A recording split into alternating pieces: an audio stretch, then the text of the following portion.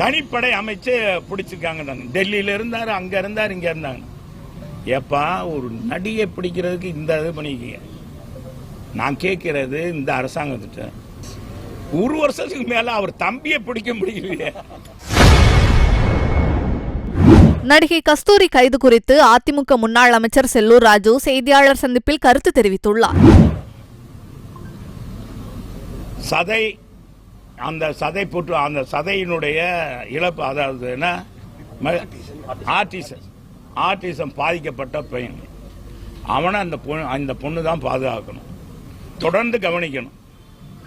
அப்படிப்பட்ட அந்த பையனை கவனிக்கிற பொண்ணு ஒரு நடிகையா இருந்தாலும் எல்லாரும் பேசுறாங்க.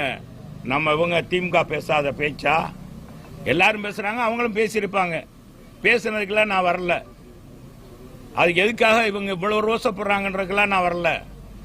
ஏன்னா இவங்க ஒரு காலத்தில் அங்க இருந்து வந்தவங்க அப்படின்றக்காக அந்ததுக்காக சொல்றாங்கிறதுக்காக நீங்க நினைக்க வேண்டாம். இன்னைக்கு அந்த பொண்ணை பிடிக்கிறதுக்கு, அந்த நடிகை பிடிக்கிறதுக்கு 2 காவல்துறை படை அமைச்சிருக்காங்க. காவல் தனிப்படை. என்ன சொல்லுங்கண்ணா, எடுத்து கொடுங்க. அவன் எடுத்து கொடுக்கணும்ல. நீங்க தனிப்படை அமைச்சு பிடிச்சிருக்காங்க. டெல்லியில இருந்தாரு, அங்க இருந்தாரு, இங்க இருந்தாங்க. ஏப்பா ஒரு நடிகை பிடிக்கிறதுக்கு இந்த இது பண்ணிக்க. நான் கேட்கிறது இந்த அரசாங்கத்திட்ட செந்தில் பாலாஜி தம்பி செந்தில் பாலாஜி உள்ள போய் எத்தனை வருஷம் ஆச்சு?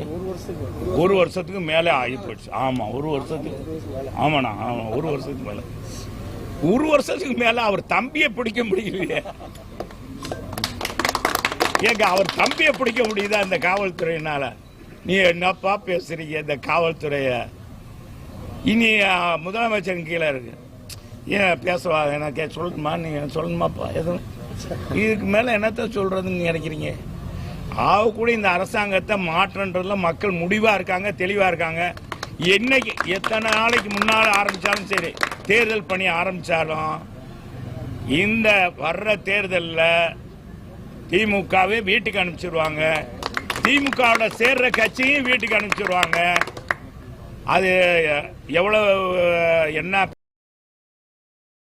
செய்திகளை உள்ளது உள்ளபடி தெரிந்து கொள்ள ரெஃப்ளெக்ட் நியூஸை சப்ஸ்கிரைப் பண்ணுங்க.